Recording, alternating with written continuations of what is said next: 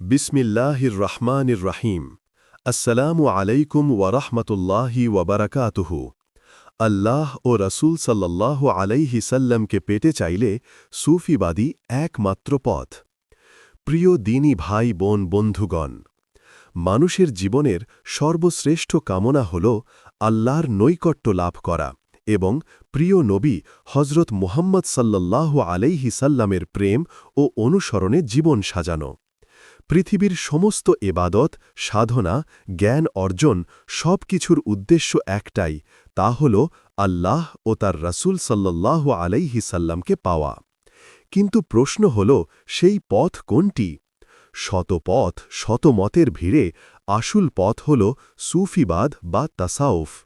কারণ সুফিবাদ শুধু জ্ঞান দেয় না, শুধু বাহ্যিক আমল শিখায় না, বরং মানুষের অন্তরকে পরিশুদ্ধ করে, হৃদয়কে প্রেমময় করে তোলে, আর সরাসরি আল্লাহ ও রাসূল সাল্লাল্লাহু আলাইহি সাল্লামের প্রেমের সাথে যুক্ত করে।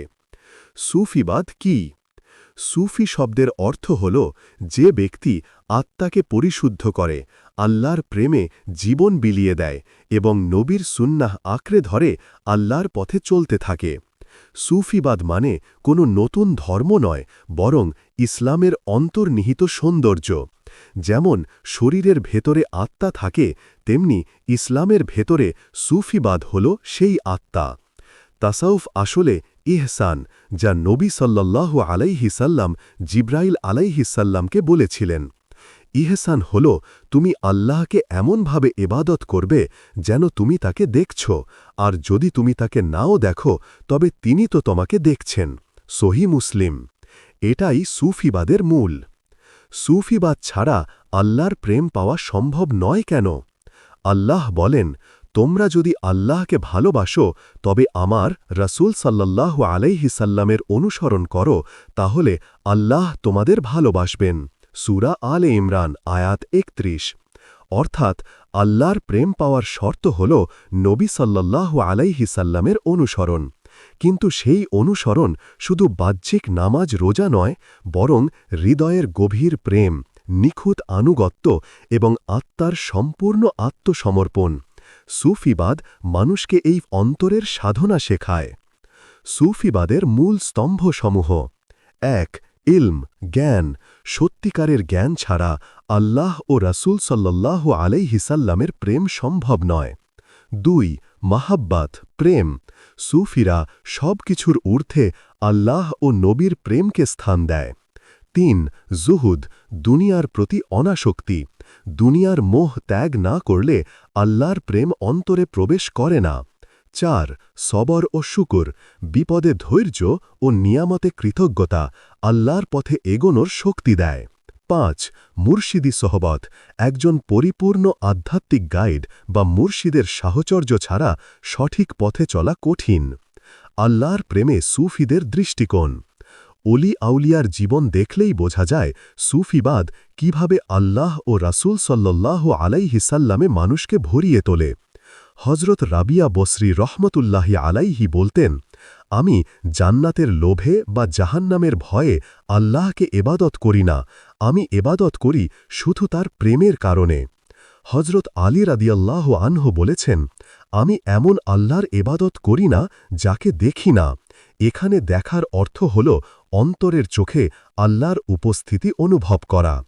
রাসূল সাল্লাল্লাহু আলাইহি সাল্লামের প্রতি প্রেম সুফিবাদের কেন্দ্রবিন্দু। সুফিদের চোখে আল্লাহকে পাওয়া মানেই রাসূল সাল্লাল্লাহু আলাইহি সাল্লামকে পাওয়া। তারা বলেন, নবীর সুন্নাহ ছাড়া কোনো প্রেম সত্যি হয় না। রাসূল সাল্লাল্লাহু আলাইহি সাল্লাম বলেছেন, তোমাদের কেউ পূর্ণ মুমিন হতে পারবে না যতক্ষণ না আমি তার কাছে তার বাবা মা, সন্তান সন্ততি ও সমগ্র মানব জাতির চেয়েও প্রিয় হয়ে উঠি। বুখারী মুসলিম। সুফিরা তাই নবীর প্রেমকে জীবনের শিরোনাম বানিয়েছে। তারা নামাজে, দরুদে, জিকিরে, অশ্রুতে সবখানে নবীর প্রেমের ছোঁয়া খোঁজে।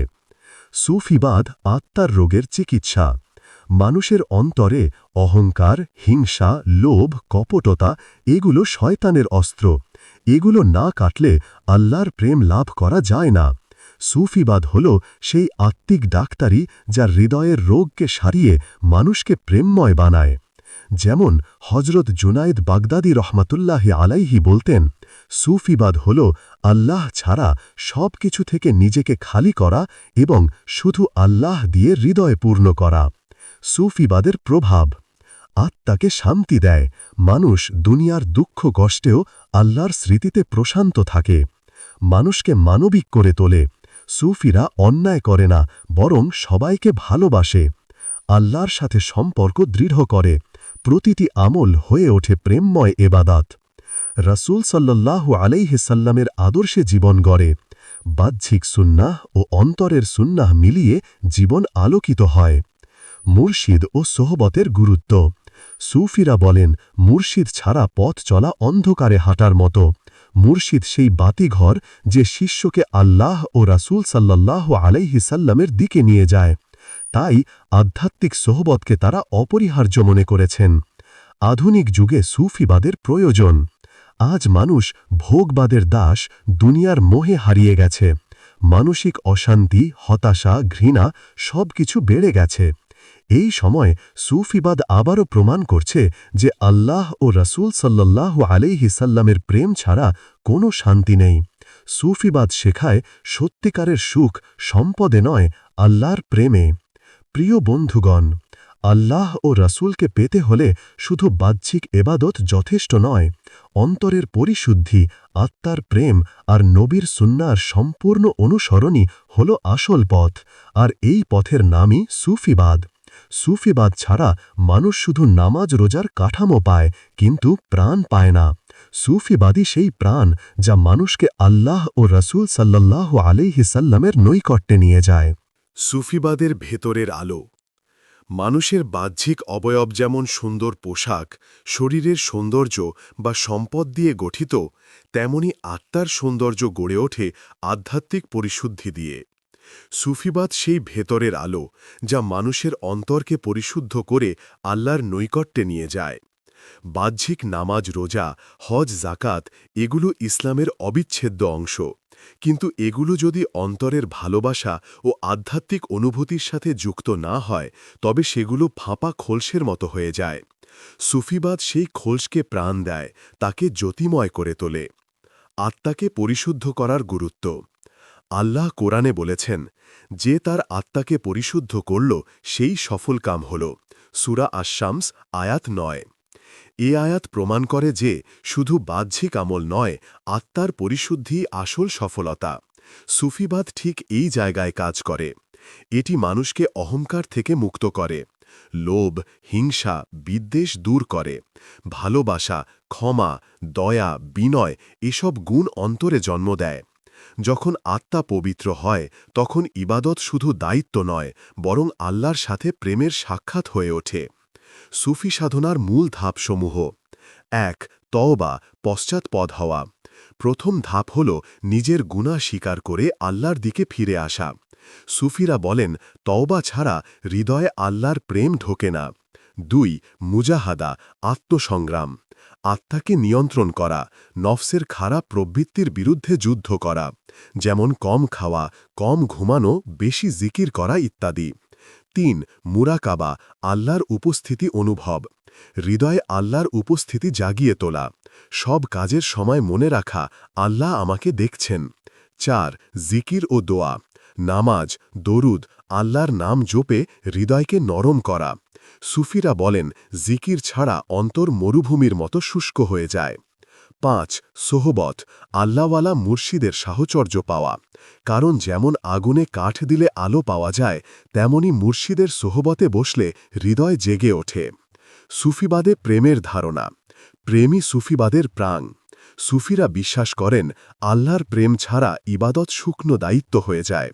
তারা আল্লাহকে শুধু রব বা বিচারক হিসেবে দেখেন না, বরং প্রেমিক হিসেবে অনুভব করেন।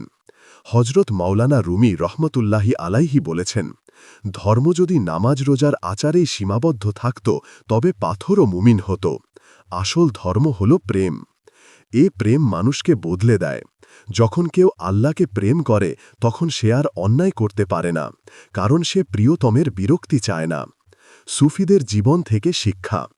হজরত আব্দুল কাদের জিলানী রহমাতুল্লাহি তিনি বলতেন, আল্লাহর প্রেমিকের অন্তরে কখনো অহংকার থাকে না, বরং সে সব সময় দোয়া করে, হে আল্লাহ, আমার অন্তরকে তোমার ভালোবাসা দিয়ে ভরে দাও।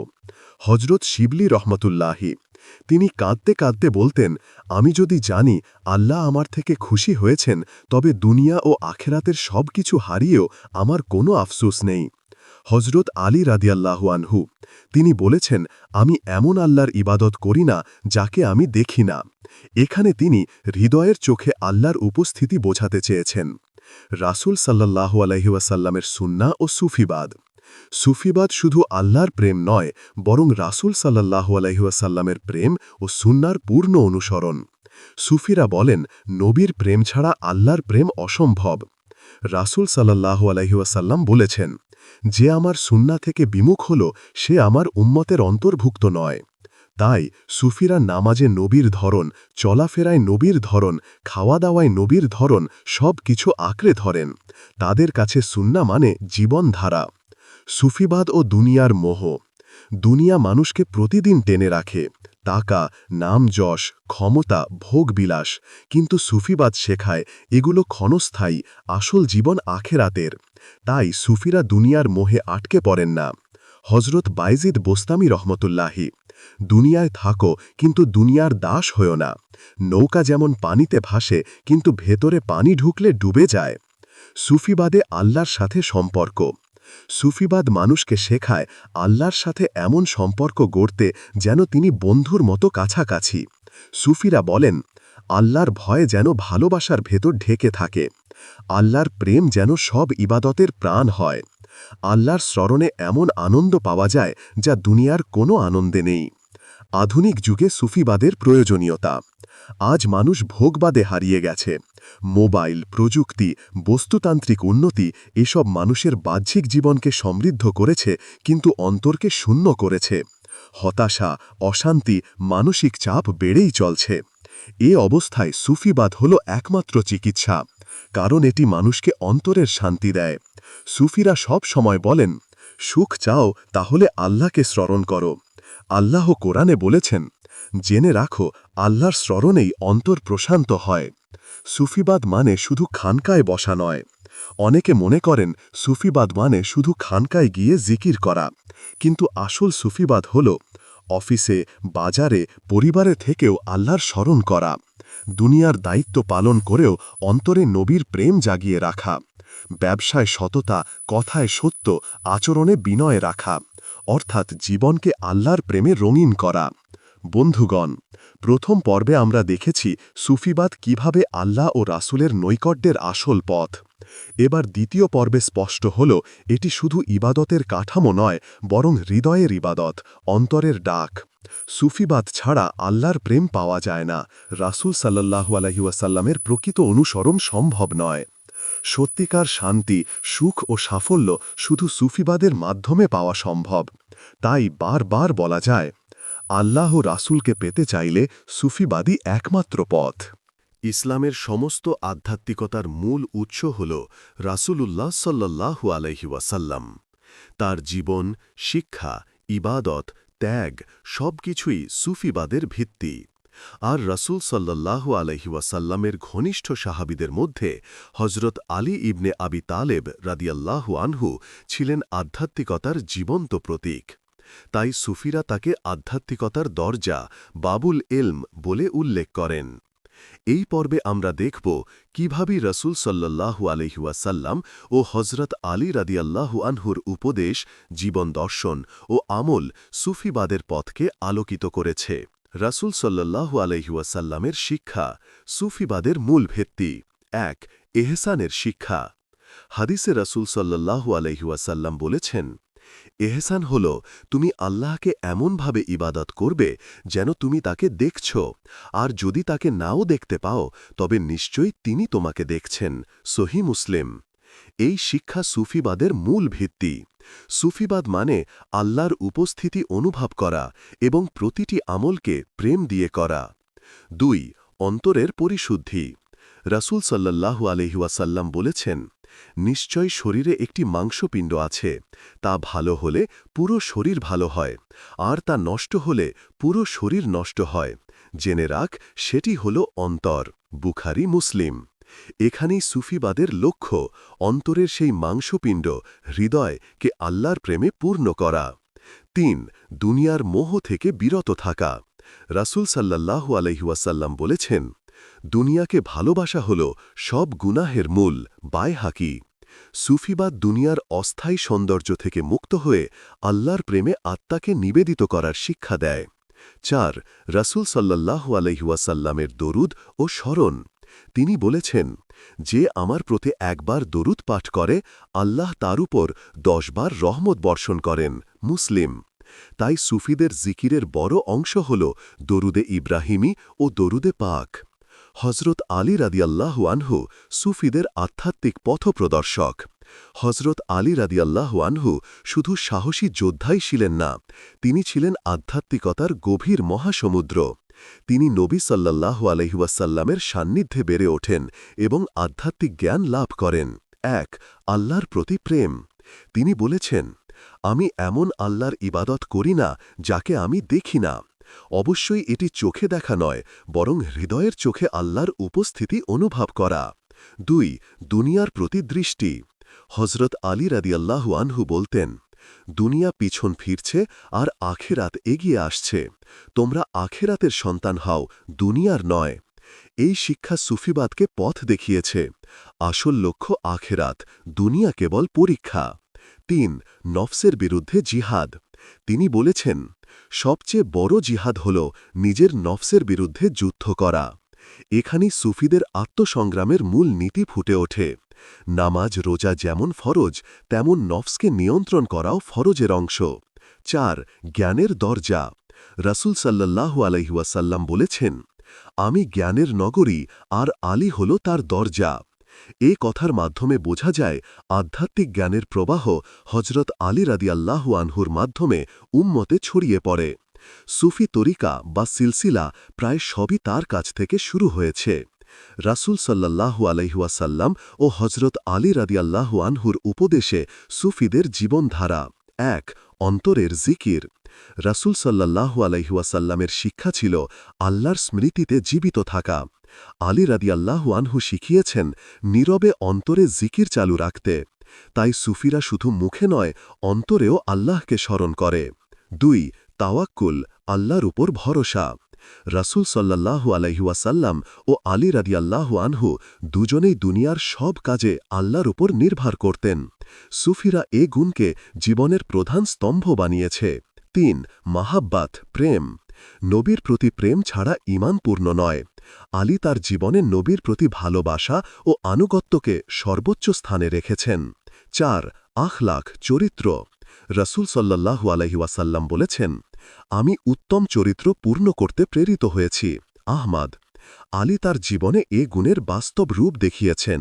সুফিবাদ মানুষকে আখলাকে মোজেজ, অলৌকিক চরিত্র বানাতে চায়। সুফিবাদে রাসূল সাল্লাল্লাহু আলাইহি ওয়াসাল্লাম ও আলীর প্রেম। সুফিরা রাসূল সাল্লাল্লাহু আলাইহি ওয়াসাল্লামের প্রেমকে কেন্দ্র করে দরুদ, কাসিদা, মিলাদ আয়োজন করে। আলী রাদিয়াল্লাহু আনহুর আধ্যাত্মিক উক্তি থেকে প্রেরণা নেয়। তারা বলেন, রাসূল সাল্লাল্লাহু আলাইহি ওয়াসাল্লাম হল আলো, আর আলী রাদিয়াল্লাহু আনহু সেই আলোর দরজা। সুফি তরিকার সিলসিলা আলী রাদিয়াল্লাহু আনহুর মাধ্যমেই প্রসারিত হয়েছে, যেমন কাদেরিয়া, চিশতিয়া, নকশবন্দিয়া ইত্যাদি।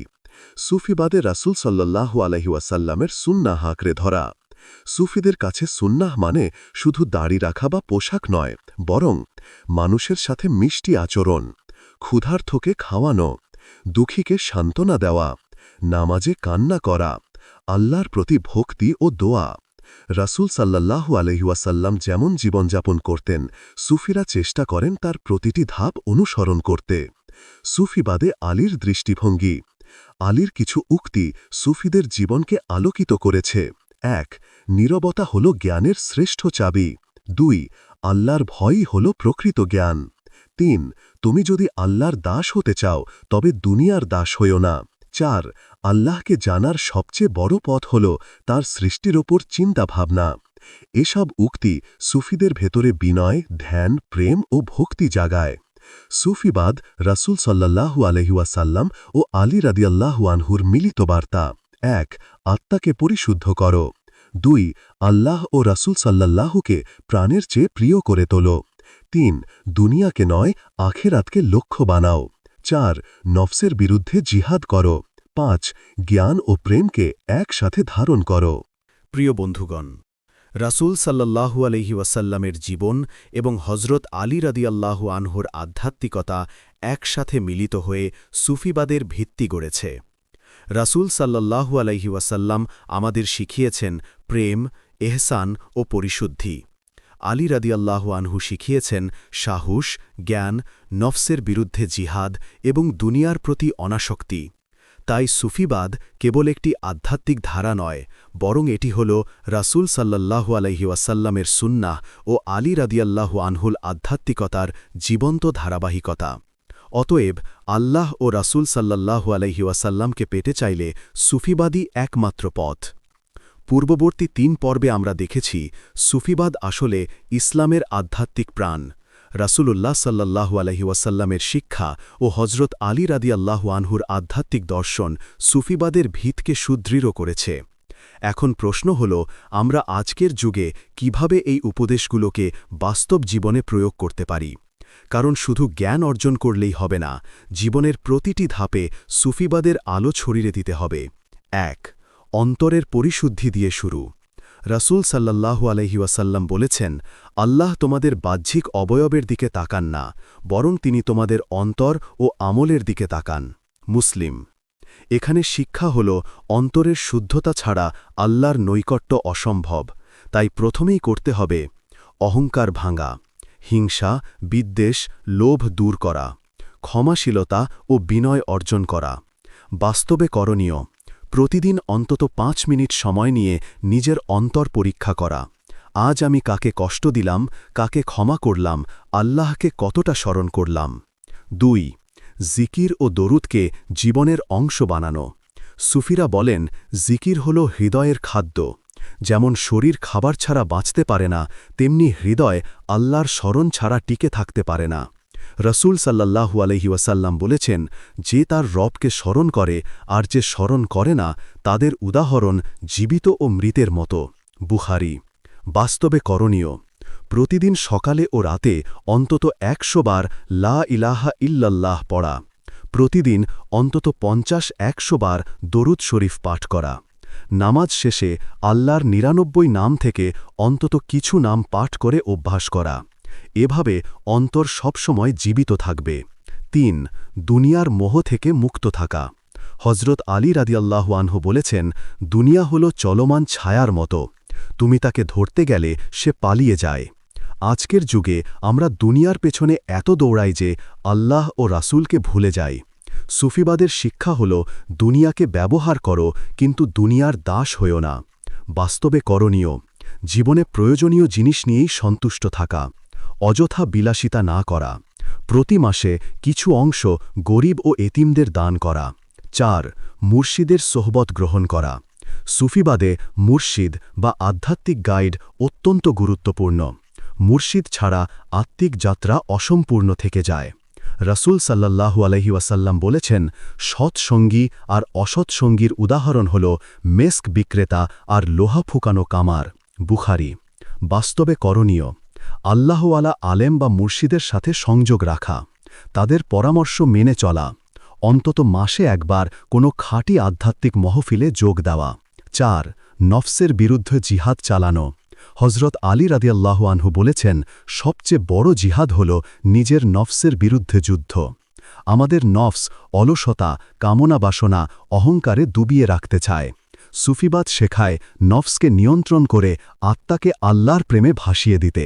বাস্তবে করণীয় অপ্রয়োজনীয় ঘুম কমানো, খাওয়া দাওয়ায় মিতব্যয়ী হওয়া, প্রতিদিন কিছু সময় একান্ত বসে আল্লাহর দিকে ধ্যান করা। 6 রাসূল সাল্লাল্লাহু আলাইহি ওয়াসাল্লামের সুন্নাহ আঁকড়ে ধরা। রাসূল সাল্লাল্লাহু আলাইহি ওয়াসাল্লাম বলেছেন, যে আমার সুন্নাহকে ভালোবাসবে সেই আমাকে ভালোবাসে, আর যে আমাকে ভালোবাসবে সে জান্নাতে আমার সাথেই থাকবেন। তিরমিজি। বাস্তবে করণীয়। সুন্নাহ অনুযায়ী খাওয়া, ঘুমানো, মুস্কান দেওয়া, সালাম দেওয়া শুরু করা। নামাজে নবীর ধরনকে অনুসরণ করা। দরুদ শরীফ ও দোয়া শেখা। এভাবে জীবন রাসূল সাল্লাল্লাহু আলাইহি ওয়াসাল্লামের ছাঁচে গড়ে ওঠে। ৭. আল্লাহর সাথে সম্পর্ক দৃঢ় করা। সুফিবাদের মূল লক্ষ্য হল আল্লাহর সাথে বন্ধুত্বপূর্ণ সম্পর্ক গড়া। রাসূল সাল্লাল্লাহু আলাইহি ওয়াসাল্লাম দোয়া করতেন, হে আল্লাহ, আমাকে তোমার স্মরণে, তোমার শুকরিয়ায় আর তোমার ইবাদতে উৎকৃষ্ট করে দাও। আবু দাউদ। বাস্তবে করণীয়। প্রতিদিন কিছু সময় নির্জনে আল্লাহর সাথে কথা বলা, দোয়া করা, কোরআন তিলাওয়াত করে অন্তরে প্রভাবিত হওয়ার চেষ্টা করা, প্রতিটি কাজে আল্লাহর সাহায্য চাওয়া। ৮. দয়া ও ভালোবাসার আচরণ। রসূল সাল্লাল্লাহু আলাইহি ওয়াসাল্লাম বলেছেন, তোমাদের মধ্যে উত্তম সেই যে তার ভাইয়ের জন্য সেই জিনিস কামনা করে যা সে নিজের জন্য কামনা করে। বুখারী, মুসলিম। বাস্তবে করণীয়। পরিবার ও সমাজে দয়া প্রদর্শন করা, প্রতিবেশীর হক আদায় করা, ভিন্ন ধর্মবর্ণের মানুষের প্রতিও ন্যায্যতা ও ভালোবাসা প্রদর্শন করা। ৯. আলী রাদিয়াল্লাহু আনহুর উপদেশ জীবনে প্রয়োগ। নীরবতা হল জ্ঞানের চাবি। অযথা কথা কমিয়ে ধ্যান ও চিন্তায় সময় দেওয়া। যে আল্লাহকে ভয় করে না তার জ্ঞান কোনো কাজে আসে না। জ্ঞান অর্জনের সাথে সাথে তাকওয়া বাড়ানো। দুনিয়ার দাস হয়েও না, আখিরাতকে অগ্রাধিকার দেওয়া। বন্ধুগণ, রসূল ও হজরত আলী রাদিয়াল্লাহু আনহুর উপদেশ কেবল ইতিহাস নয়, বরং আমাদের আজকের জীবনের দিশারি। যদি আমরা অন্তরের পরিশুদ্ধি, জিকির, দরুদ, তাকওয়া, দুনিয়ার প্রতি অনাসক্তি ও সুন্নাহকে আঁকড়ে ধরি, তাহলেই সুফিবাদের আলো আমাদের হৃদয় আলোকিত করবে।